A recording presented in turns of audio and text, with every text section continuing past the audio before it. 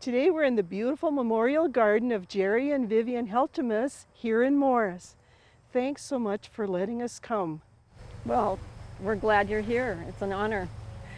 Tell us, how and when did this garden come to be?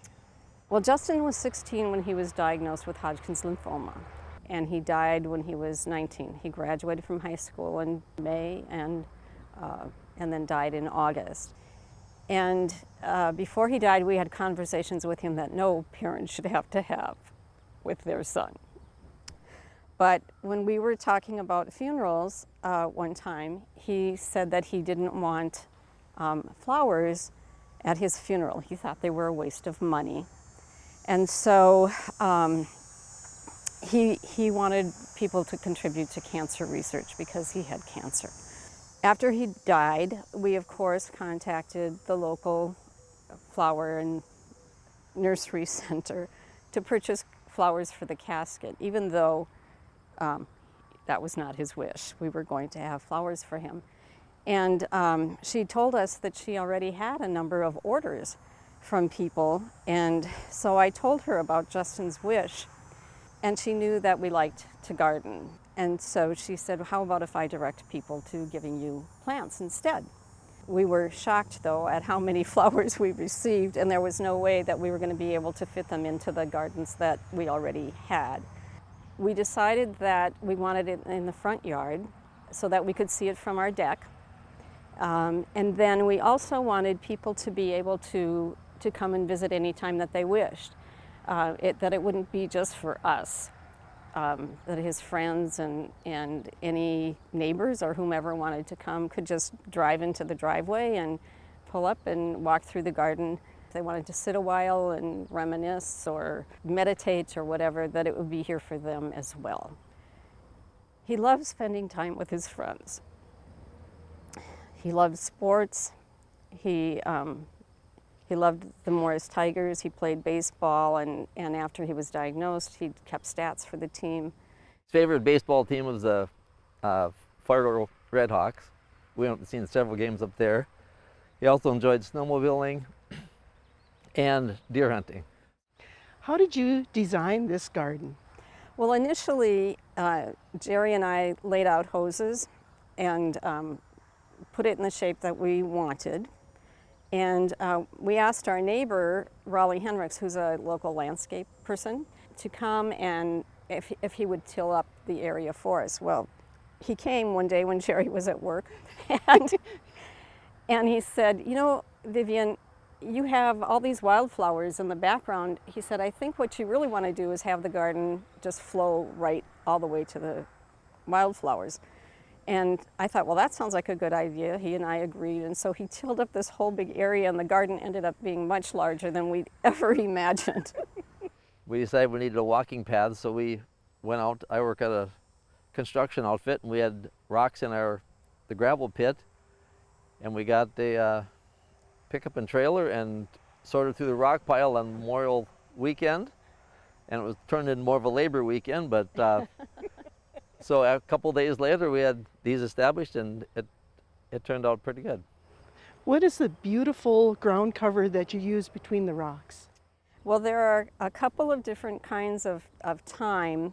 Up here is Corsican mint, and then toward the back is a lemon thyme. And if you rub your hand through it, it will smell like lemon.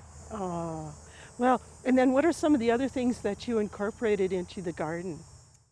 Well, one of the main features is the baseball field, and it's got a grass kind of infield, and then it's bats around it, which are our son's bats, and also some of his teammates' bats. Vivian has planted flowers around it, corresponding with the tiger colors and such. But the tigers always have bases loaded. So have you purchased some of the special things here in the garden, or have people given them to you, or both? Initially, some friends of ours gave us a little plaque that we really liked. It had an inscription on it with his name and the date of his birth and death. And we had that at the front of the garden mounted on a piece of board, but it didn't withstand the test of time. So we had that inscription engraved on a rock, which now is at the beginning of the garden. Some other friends of ours who live in Montana have found a piece of driftwood near a waterfalls that's important to us, and so we have that in the garden. After he died, an angel statue appeared on our doorstep. We don't know for sure who gave it to us. No one has ever said that it, when I've asked people, no one's ever said it actually came from them. We've got a dove given to us from Justin's cousins in Michigan. It's needed a little mending over the years, but it's went through the test of time. We have a lightning bug boy. Justin really liked lightning bugs and sunsets and waterfalls. We have a lot of hostas, we have a lot of lilies, but we like to have color throughout the summer. In the spring, it starts with the fern peony and the iris and the phlox, and then later on, you know, the annuals come in, coral bells and coreopsis start to bloom, and we both like blue, and Justin, that was his favorite color. But the blue delphiniums are probably one of my favorite. How do you guys divide up, or how do you keep everything up?